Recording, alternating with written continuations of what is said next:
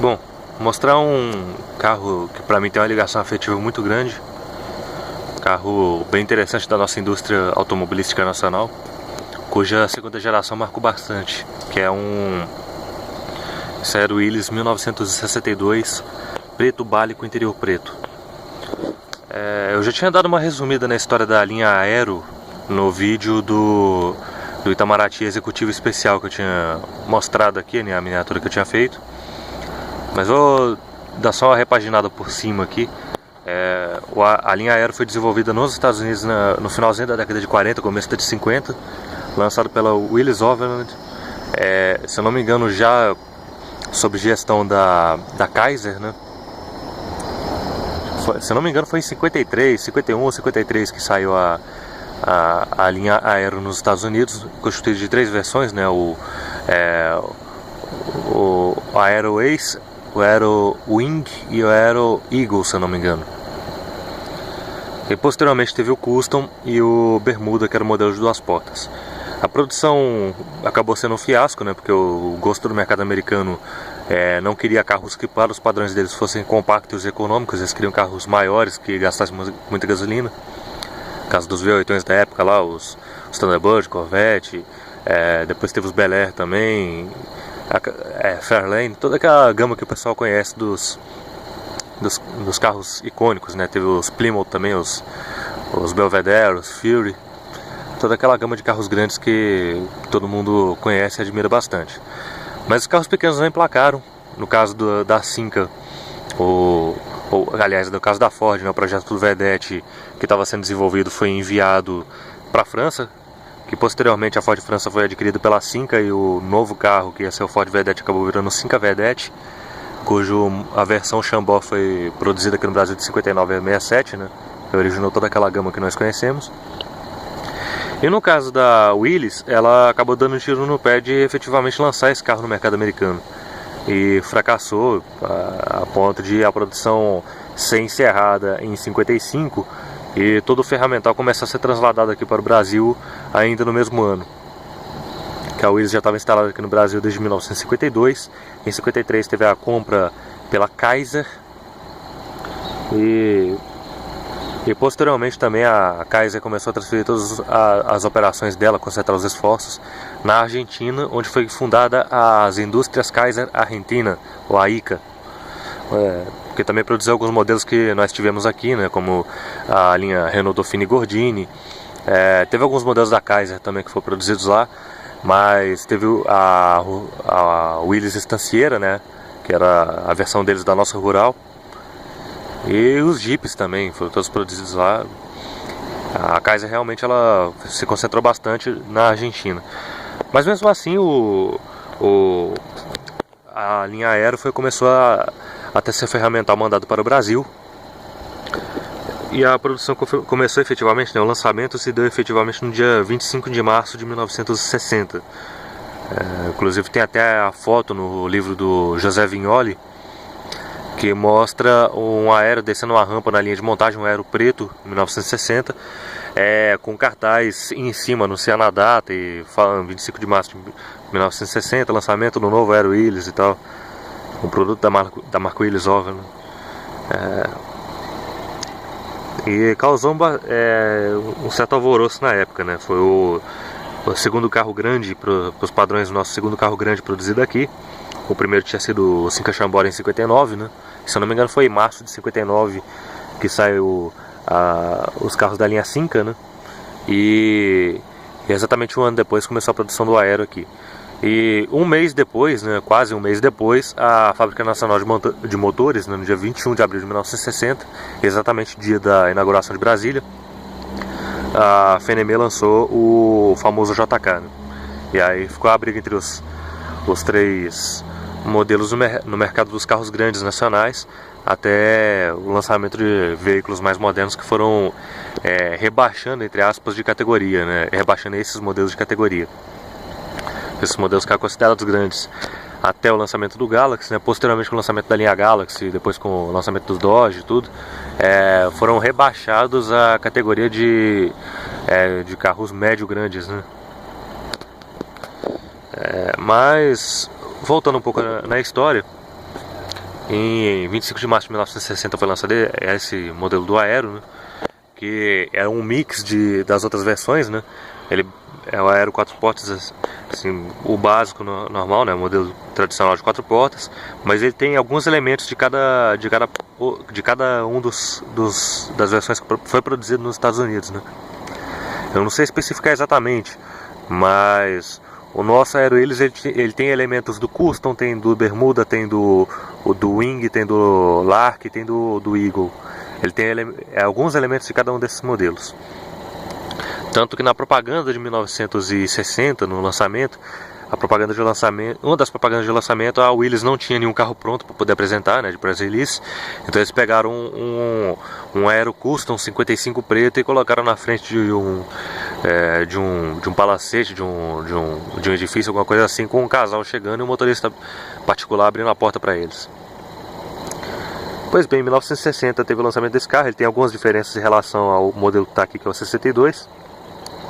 61 são praticamente idênticos, né? Não tem, que eu saiba, não existe diferença nenhuma entre o 60 e o 61. Mas em 62 começaram a ser apresentadas algumas pequenas mudanças estéticas aí que já foram meio que preparando, não só para dar uma atualizada, mas também preparar o consumidor para o grande lançamento que seria o Aero 63, né? Que é o Aero Willys quadrado, que todo mundo conhece. Quais as diferenças? No Aero 62 ele passa a ter esse friso mais simples, né? Esse friso reto correndo na lateral. No 60 e no 61 o friso ele é um pouco mais alto, ele passa inclusive aqui nessa, se eu não me engano ele transpassa aqui nesse vão entre o miolo da fechadura e a maçaneta. E quando ele chega aqui mais ou menos nessa altura do meio da porta traseira, ele dobra fazendo uma espécie de um S, né? Ele dobra fazendo um S meio estilizado assim, meio retão. E segue reto aqui, a perna de baixo ele segue reto, emendando com a lanterna traseira, né? Ele faz esse conjunto aqui. Aqui ele já passa a ser reto, já não tem mais a emenda aqui que foi suprimida. Outra coisa também, o 60 e o 61 ele tem uma super calota que cobre essa roda. A roda, nesses modelos que eu citei dos 2 anos anteriores, ela é uma roda um pouco mais simples do que essa, né? Sem essas aberturas de ventilação, ou com poucas aberturas, eu não lembro. E a calota ela é maior, uma super calota que cobre essa roda inteira. No 62 ela tem essa roda com maior janela de ventilação para refrigerar o sistema de freio. E tem essa calotinha mais simples aqui também, ó, a calotinha Dog Dish. Mas ela tem esses detalhes interessantes, né? Porque ela tem a pinturinha preta aqui no entorno aqui, com pequenos filetes cromados, assim dividindo a pintura preta por aqui, né? Outra coisa também, a traseira ela é um pouco mais simples, né? Esse ornamento aqui da fechadura, ele é mais simples, da fechadura do porta-malas ele é mais simples em relação aos modelos mais antigos, né? Que ele é mais utilizado, ele parece aquele nariz de papo não lembro se é nariz de papo ou se é nariz de bruxa dos Fuscas de 1953 até 1964 aqui no Brasil, né? Ele tem ela é uma peça para iluminar a placa, né? A iluminação da placa passa a vir no para-choque, se eu não me engano. E aqui o ornamento ele passa a parecer mais ou menos parecido com aquele nariz de bruxa dos Fuscas, mas ele tem um contorno cromado aqui, como se fosse um friso, que segue daqui de cima e vai seguindo até na peça e tal. Outra coisa interessante que muda também, a medida dos pneus, eu não lembro exatamente de cabeça, mas muda a medida dos pneus também. E o sistema de escapamento ele muda para deixar o carro um pouco mais silencioso. Na parte de interior, as forrações de porta ela passa a ser um pouco mais trabalhada nesse sentido. As marcas de lixamento aqui da carroceria eu não consegui, por mais que eu lave eu não consigo tirar isso aqui. Mas enfim, voltando ao foco. Tem essa costura das portas que é um pouco mais trabalhada com esse Z aí. No 60 e no 61 essa forração de porta ela é mais simples, ele não tem esse Z. Esse friso que corre aqui na parte de cima, ele corre totalmente reto de cabo a rabo nas portas. E esses gomos vão seguindo assim também a linha normal, né, acompanhando. Ele não tem essa divisão em formato de Z. Se eu não me engano também os puxadores de porta, que os descansos de braço, eles são mais simples também do que esse aqui. A costura dos bancos são praticamente a mesma coisa, mas o painel ele também muda, porque assim, na verdade ele não muda tanto, né? O painel no geral continua a mesma coisa, mas a diferença é que o 62 ele tem o dashpad, né? Ele é acolchoado. No 60 e no 61 ele não tem nada, ele é liso, ele é na lata pura mesmo. E outra coisa interessante também que já muda nessa linha, né? É que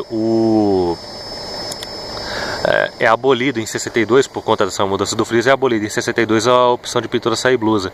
No 60 e no 61, o friso, esse friso aqui com a torna lateral, é que ele fazia a divisão das cores, né? Do friso para cima o carro era de uma cor, da linha de cintura aqui do friso para baixo e na capota ele era de uma segunda cor. Então, por exemplo, o carro, o mais tradicional, né, era cinza e branco, era cinza aqui e branco aqui. No 62 não tem mais isso. O carro continuou vendendo bem, se não me engano o volume total de produção do Aero e do Itamaraty deu um volume de mais ou menos 78 mil carros, né? Isso inclusive somando com a fase de produção já da Ford de 1968 para frente, apesar de a marca Ford ter sido adotada nesses carros somente em 69. Os Aero eles têm umas coisas bem interessantes em relação aos outros modelos. Sim, uma coisa que eu esqueci de falar, ele tem no 60 e no 61 ele tem um adorno aqui no capô, uma peça cromada, que no topo dessa peça cromada ele tem um acrílicozinho, né? Um pequeno acrílico que dá um acabamento até bonito. No 62 esse ornamento cai fora. Mas enfim, o Aero no geral ele tem alguns aspectos que são bem interessantes. Por exemplo, ele foi o segundo carro de porte grande produzido aqui, né? O segundo carro de luxo para os padrões nossos produzido aqui, apesar dele ser relativamente mais simples do que os carros da linha Cinca, né? E tal como o Cinca, o desempenho nunca foi muito forte desses carros, né? O Aero ele vinha com o mesmo motor BF 161 de 2.600 cm3 de cilindrada e 90 HP do Jeep Willys. Na reestilização de 1963, né, o carro foi apresentado no final de 62 com o modelo 63, que é o Aero Willys quadrado. Eles deram uma recalibrada no motor e ele passa a adotar 2 carburadores. E isso teoricamente eleva a potência do motor de 90 para 110 HP. O câmbio dele é o câmbio tradicional de 3 marchas na coluna, né? E como a base desse carro ela é toda do Jeep Willys, porra, a câmera não tá focando pra nada. Aqui. Como a base desse carro vem toda do Jeep Willys, ele não chega a ser exatamente confortável para andar. É um carro meio durão, né? Isso aí só acaba sendo melhorado um pouco no Aero 63. Eles deram uma pequena recalibrada na suspensão. O carro ele fica um pouquinho mais macio que isso. Mas no geral a base é toda do Jeep, né? Então ele é um carro relativamente rústico assim para andar. Mas é que nem eu tinha visto na matéria da 4 rodas, né? Tirando o Cinca e posteriormente o JK, que foi lançado um mês depois do que esse carro aqui, o Aero ele era o cara elegante de terno no meio de gente simples, né? Porque os outros modelos que eram produzidos aqui à época eram mais rústicos que ele. Mas enfim, ele tem esse conjunto aí, né? Conjunto mecânico, todo da linha Jeep, com a Rural e o Jeep Universal, né? O CJ5, se eu não me engano, né? O motor BF 161, câmbio de 3 marchas, só que nesse caso aqui não há reduzido porque ele não é tração 4x4, né? Um carro de passeio normal, 4x2 e tal. Então câmbio de 3 marchas, diferencial é a mesma coisa também.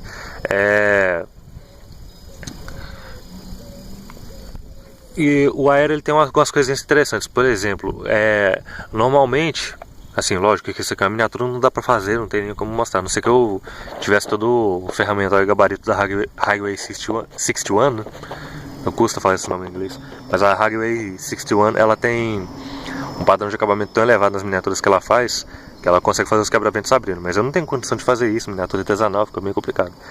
Mas enfim, Normalmente os carros de passeio que a gente vê é somente o quebra-vento aqui na porta dianteira que costuma abrir, né? E esse vidrinho na porta traseira aqui, não sei nem se dá pra chamar isso aqui de quebra-vento, normalmente é fixo. Mas nos aerobola, né, como é chamada essa geração de 60 a 62, esse quebra-vento ele também abre. Então já gera assim, um certo conforto a mais para os passageiros do banco de trás. O espaço do porta-malas do carro desse aqui era relativamente bom para a época, né? Era bom, o step ele ficava alocado aqui em pé, aqui do lado, né? E tem umas coisas interessantes desse modelo aqui, que é o seguinte: quando houve a reestilização, alguns componentes dessa geração do Aero foram aproveitados. Que é basicamente o monobloco é o mesmo, né? Eles só deram reestilizada tal como a Chrysler Fevre fez na Argentina com os Plymouth Valiant, né? Eles pegaram o monobloco do Plymouth Valiant e desenharam toda uma carroceria anabolizada em cima daquele monobloco, que desenvolveu a gama Polara com os Dodge Coronado, o Dodge GTX, os Polar RT e tal. A Willys acabou fazendo a mesma coisa, mas teve alguns elementos dessa geração que ela aproveitou. Por exemplo, as portas, elas são exatamente as mesmas. Esse aqui não dá pra ver porque o carro é preto, mas as portas dos Aero de 63 e 71 são exatamente essas aqui. Então você pode, óbvio, você vai ter que trocar esse arco aqui, esse cajado. Mas se você pegar um carro semi-desmontado aqui, pegar essa porta e colocar num Aero quadrado, ela encaixa perfeitamente, não há diferença nenhuma. O capô, ele é exatamente o mesmo também, né? Eles aproveitaram o capô, mas eles fizeram uma pequena adaptação. Nesse aqui, vou repetindo, o carro é preto, não dá pra reproduzir isso aqui direito. Mas no caso do quadrado, do Aero quadrado, o capô é exatamente o mesmo, mas ele tem as quininhas aqui redondas. Aliás, nesse aqui, o capô é esse aqui, só com as quinas redondas. No quadrado, as quinas são quadradas também. Tem uma mudadazinha na quina, ela deixa de ser arredondada e passa a ser quadradinha também. E a tampa do porta-malas é exatamente a mesma, foi aproveitada nos Aero 63 e 64, mas em 65 eles deram uma pequena modificação, né? A pestana que ficava em cima dos faróis do 63 e 64 foi suprimida e a traseira foi reestilizada e a tampa passou a ser quadrada.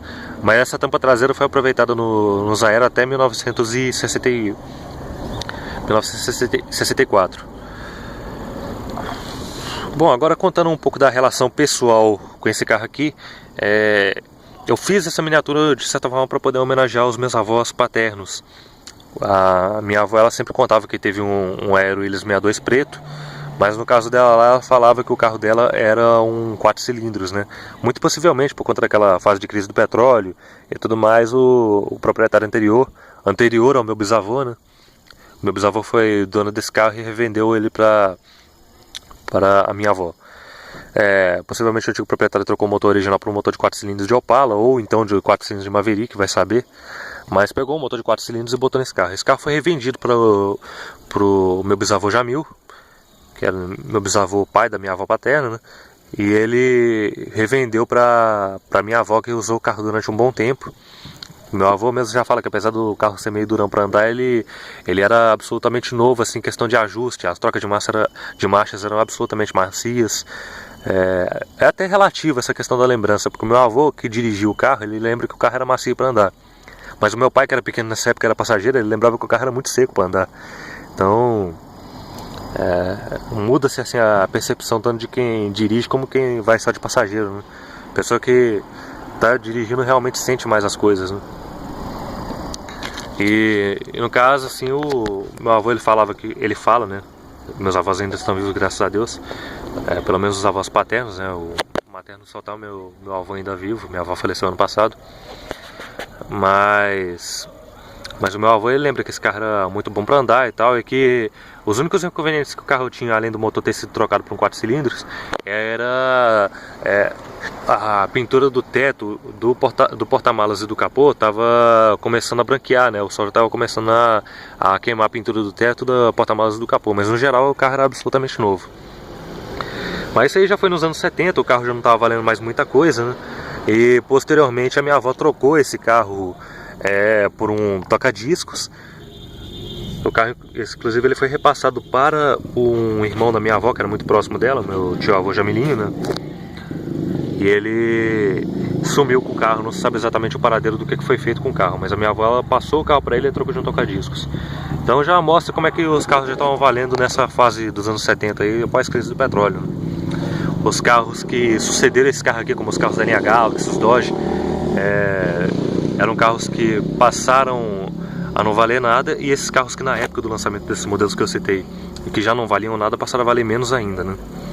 Então é uma pena que um carro desse aqui, que hoje em dia vale na casa dos 90 mil reais, há 40 anos atrás tenha sido trocado por um toca-discos, né? Coisas de menor valor. Mas assim, eram outros tempos, né? Então acho que não tem mais muito o que falar, né? A não ser com relação à cor. Uma coisa que eu esqueci de falar, esse carro aqui ele é preto bale, e talvez tenha sido a cor de maior longevidade da indústria automobilística nacional, né? Essa é uma cor original do catálogo Willys, e quando a Ford comprou a Willys em 67, os catálogos de cores vieram na bagagem, e a Ford aproveitou durante muito tempo esse preto bale. Muito mesmo. Eu conheço aqui um Corcel 74 preto de luxo, 4 portas, que foi da frota do Senado, e esse carro é preto bale de plaqueta. E os últimos Landau produzidos, né, em 83, os últimos Landau preto produzidos em 83, eles também eram preto bale. Então é uma cor que já durou mais de 20 anos na indústria automotiva nacional. Talvez seja a cor mais longeva assim, da indústria nacional. Então tá aqui, acho que tá bem contada a história do Aero, né? Fica aqui essa homenagem para os meus avós, o seu comecinho da Dona Ercília. Eu até tentei presentear eles com essa miniatura, mas eles acharam que ficava muito melhor comigo, sendo mais bem cuidado comigo do que com eles. Inclusive, posteriormente eu quero fazer o vídeo da miniatura que eu fiz pro meu avô, do Chevrolet D60 1974 Super Verde que ele trabalhava, né? Eu fiz a miniatura em homenagem a ele, ficou guardado lá com ele. Mais pra frente eu faço um vídeo contando a história do caminhão. Beleza? Acho que é isso. Um abraço pra todos aí e até semana que vem.